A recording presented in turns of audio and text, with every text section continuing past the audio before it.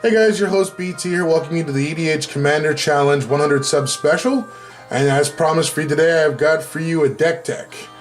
And who did I choose for today? Well, you're going to find out three things in this video. First, you're going to find out what this is, which is the general. Second, the last card in this deck is actually the newest card I added to it. I actually had to take out my Thespian stage in order to make room for it. Man, it was a hard choice to do it. And third would be pretty much what I play in this deck as a whole. So today's general, you can basically tell by there's planes in it, but what is it? It's Rhys the Redeemed. In my opinion, one of the best token-based generals in all of Magic. Shoutouts to Ratalo Soul, who inspired this, because he also likes the deck and actually asked me in one of his comments on one of my videos how I play the deck when he saw me play it in a previous Commander Challenge video. So, it doesn't look like much being a 1/1, but, I mean, look at its awesome abilities. You can pay 3 and make a green-white elf warrior, 1/1 if you will, or you can double your tokens for 6 mana. This can get so fun and downright degenerate against multiple people on the table, so let's have a look and see what I play in this deck.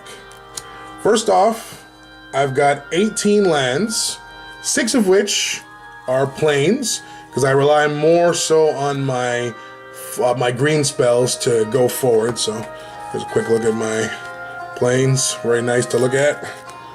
Sorry I kind of had to dim the lights in this room because it was so bright here earlier, it was like blinding, especially with, I'm sure you guys know, whenever you have a foil and the light goes off in your face, it's like, ah!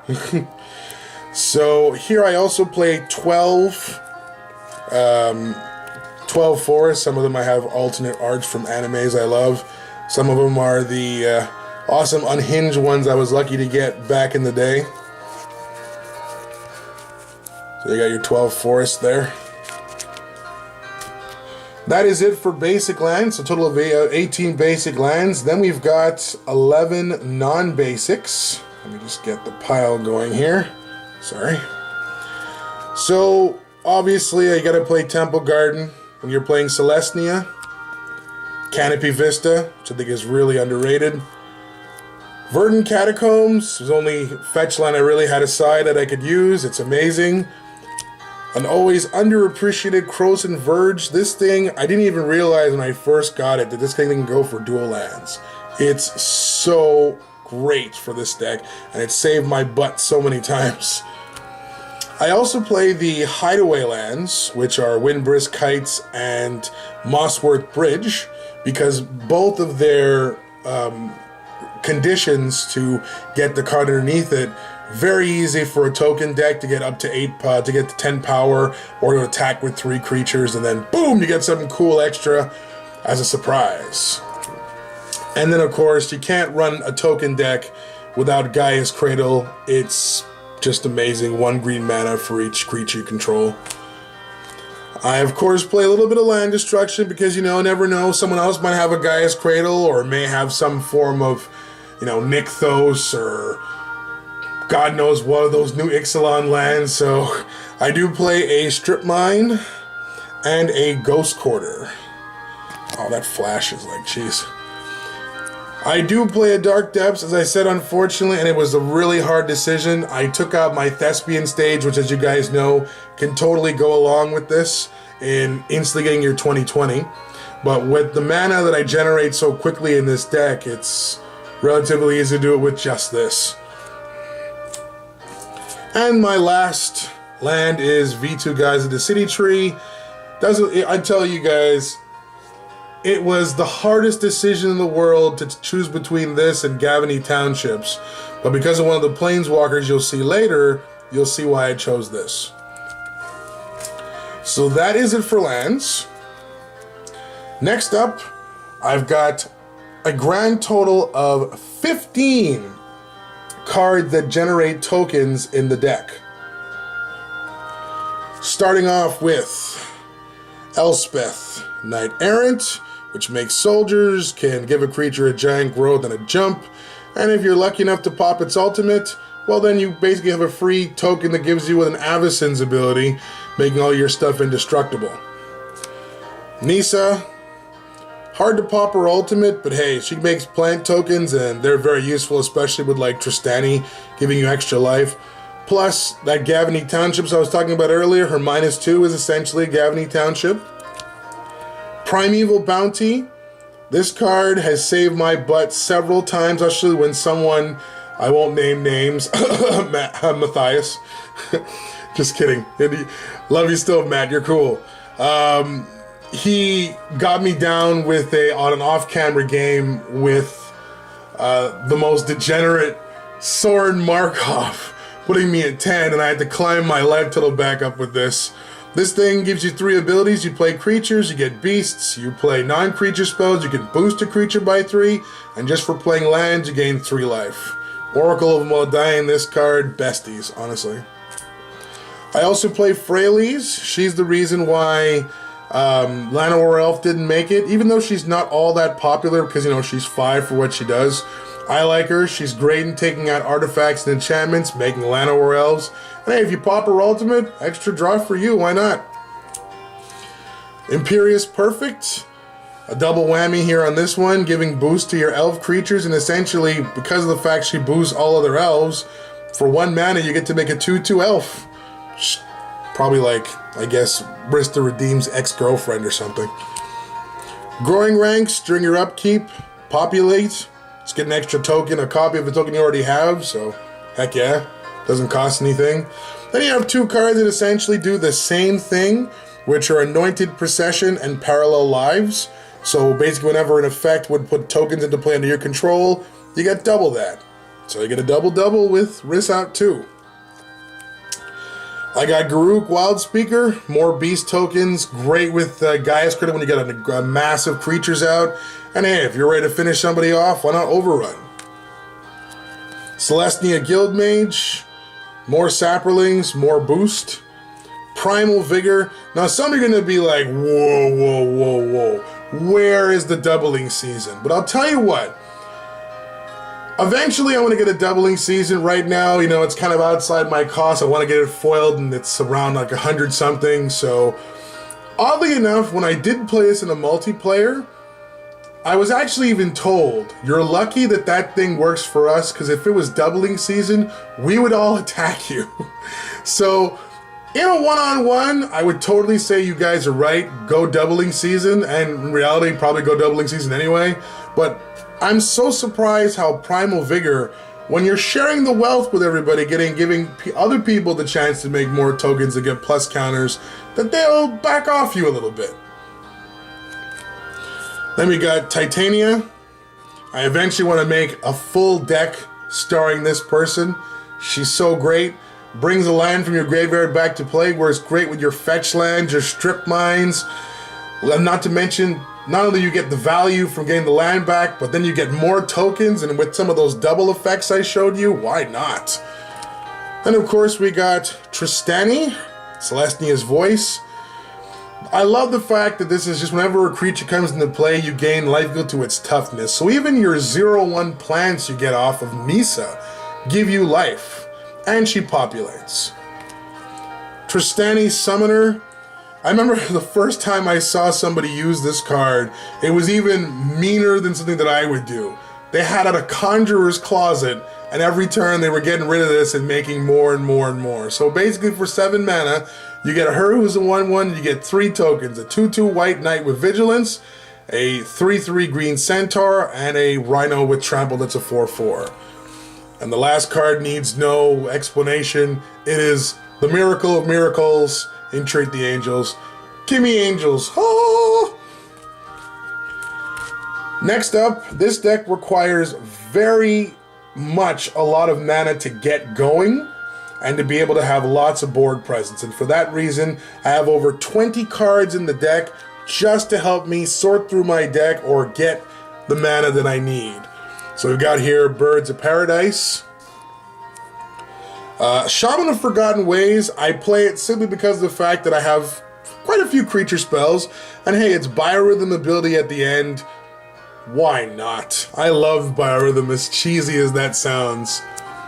You just move my cards over here into the pile. I move them back a little bit so I can, not there for you to see. Soul Ring, can't be out. If it's legal, play it. Thoran Dynamo. Celestia Signet. Expedition Map to help you get those also necessary lands. Pristine Talisman.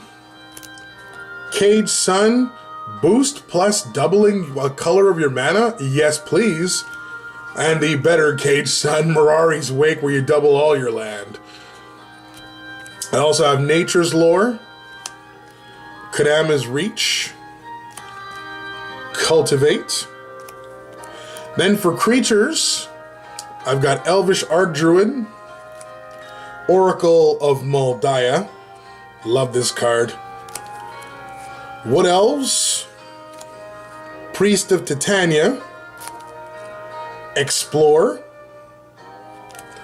Reap and Sow, which when you combine it with, say, gosh, it's only usually one of 3 targets I usually go and get if I entwine this spell. Either Strip Mine, Gaia's Cradle, or Dark Depths. Sylvan Scrying, same thing.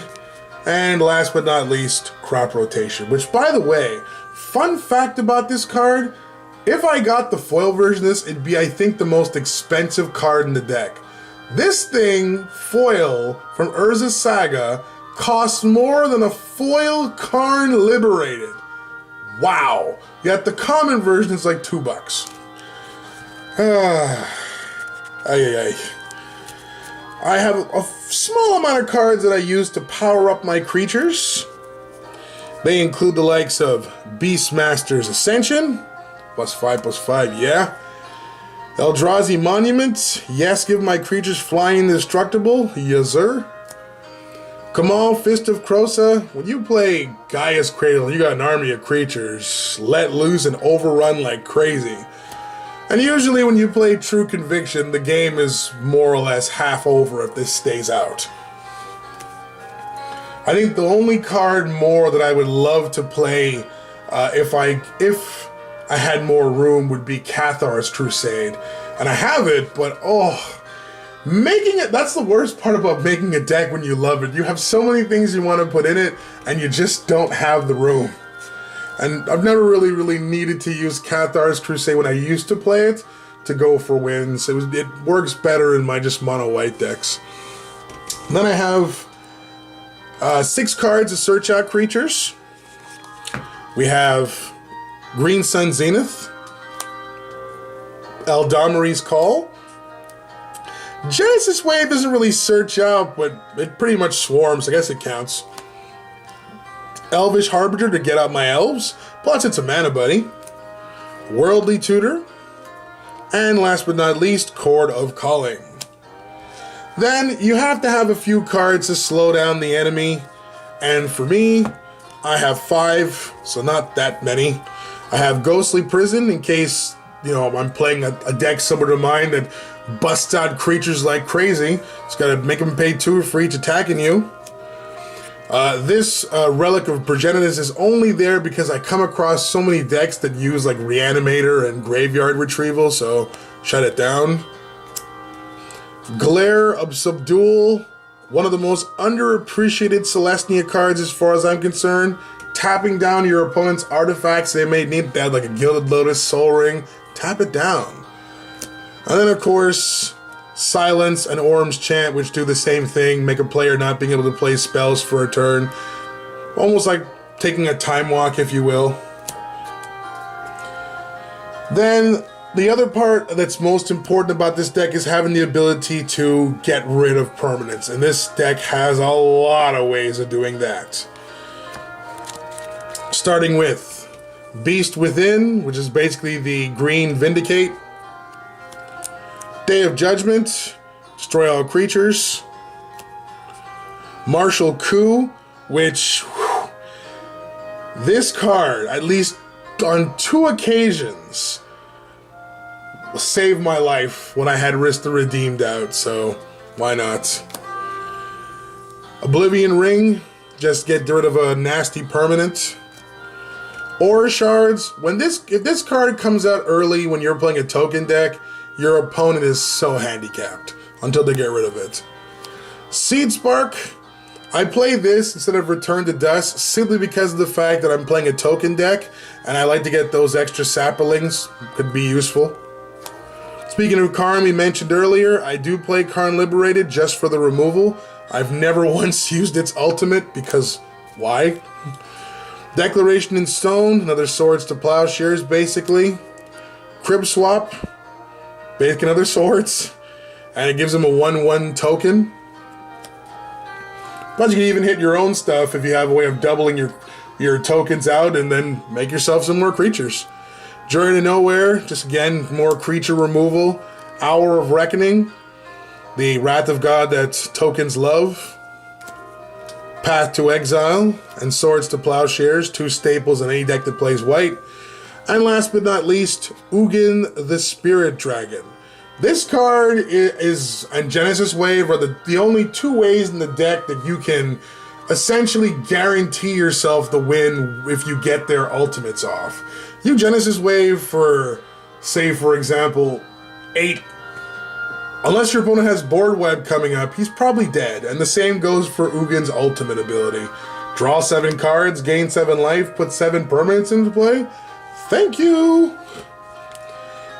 Alright, we're on the home stretch. We got 2 cards to help with draws, or I guess you could say filtering our draws. I've got a Sylvan Library and a Sensei's Divining Top. We have 2 cards, let me dig cards back in the graveyard. Originally they used to be Eternal Witness and Praetor's Council, but I took it out for a regrowth because never has the game really ever lasted long enough that I've ever really need to grab everything from my graveyard back to my hand, and that's pretty much it. Rings of Bright Earth, what can I say? When you play a deck that's laced with Planeswalkers and, well, for example, the General himself, these 2, when you have even 2 or 3 tokens out, very quickly you're going to start having massive board presence. So this is a definite card to play in the deck. And now, for the moment you've been waiting for, the card that I just added to the deck. I took out that spin stage and put it in. It's the one good, really crazy card I pulled. As I said, it's probably one of the most expensive in the set. I got it. Growing Rights of Itlimoc. So basically, at first glance when I pulled this, I'm like, okay, that's nice. I get to look at the top 4 cards in my deck and go pull a potential creature so I can keep my hand, like I lose 1 card to add 1 card to my hand possibly. But then I forgot to read the bottom text during the first time I played it in my deck. And it said, at the beginning of each of your end steps, if you have 4 or more creatures in play, you get to flip it or transform it, which I didn't even realize at the time. Gives you this awesome Gaia's Cradle number 2, known simply as Itlimoc Cradle of the Sun. When I saw this, I jumped out of my seat. I'm like, oh my god, they reprinted Gaia's Cradle. And here I thought Gaia's Cradle would have gone down in price, but it went up. This is just the Gaia's Cradle. It taps to give you 1 green. The only upside is if you have no creatures, it still taps for a green. And there you have it, people. This is my Rhys the Redeemed deck tech for you. Let me know in the comments what you think about the deck. Tell me what you play in your Rhys deck and what your favorite combos to pull off with tokens are. Thank you so much for watching this video. Don't forget to check out all our other videos, and we still have tomorrow on Thanksgiving the challenge match that I talked about where 2 players will play for a foiled char. Well, I think it's a foil promo char anyways. And it's going to be pretty crazy. The players are going to have Edgar Markov and the Dragon.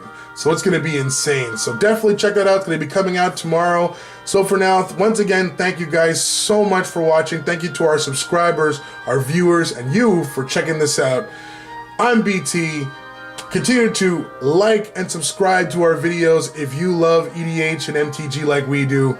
And we'll see you next time. Join our game. Cheers!